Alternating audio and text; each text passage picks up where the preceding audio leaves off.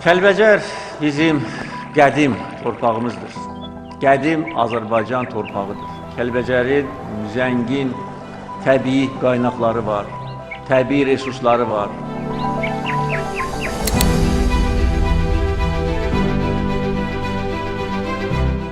Və biz bugün bu torpaqların sahibləri vaxtilə əlimizdən alınmış sərvətləri özümüzə qaytarmışıq və yenidən bütün şəhər kəndlərimizi bərpa edirik və edəcəyik.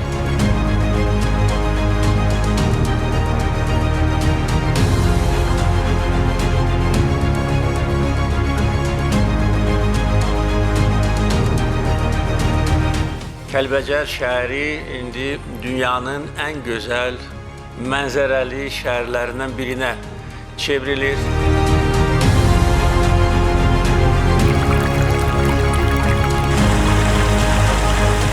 Hər dəfə bura gələndə Mehriban xanım və mən izləyirik və hər dəfə bir-birimizə deyirik ki, nə gözəl diyardır, nə gözəl mənzərədir.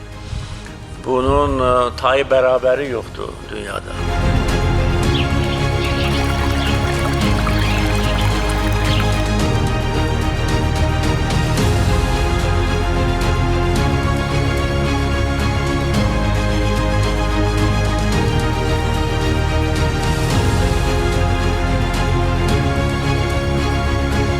Biz ədaləti bərpa etdik, haqqımızı bərpa etdik.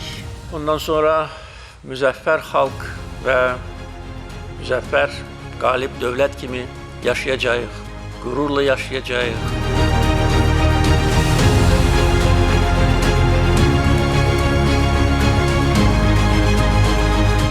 Bugün sizin həyatınızda tarixi bir gündür və sizi bu münasibətlə bir daha təbrik edirəm. Rahat yaşayın, can sağlığı, xoşbəxtlik arzulayırıq.